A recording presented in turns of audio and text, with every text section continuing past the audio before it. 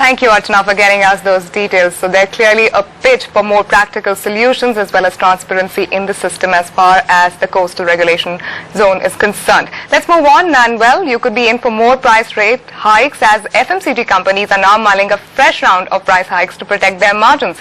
We will have to be ready to fork out more for everything more from soaps and detergents to oil. Shivani Desai finds out about the spate of hikes that FMCG companies are planning. As the inflationary trends in raw material costs refuse to ease out, FMCG companies are set for another price hike.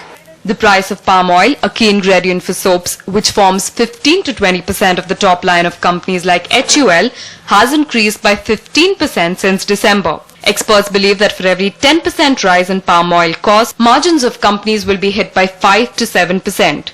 So while HUL has taken a 5% price hike on soaps, Marico has hiked the price of its flagship brand Parachute by almost 15% after taking 3 hikes in the last quarter.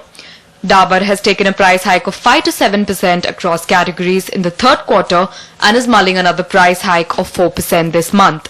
Godrej too is mulling a price hike of 4 to 5% this month. It is a major issue. So input costs in almost all businesses are going up. Therefore, I expect price increases will follow.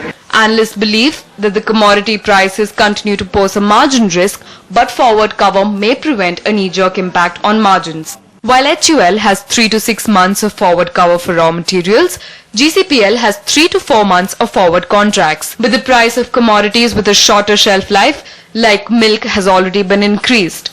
Amul and Mother Dairy both have increased their prices by 2 rupees and 1 rupee per litre respectively. This could soon be followed with a price revision in other categories. When you talk about the inflation to be so high, definitely one can't expect the FMCG guys to stay behind. But more important, the raw material prices have really shot up. The companies will have to look at their procurement efficiency, and at the same time will need to pass on some of the raw material price hike.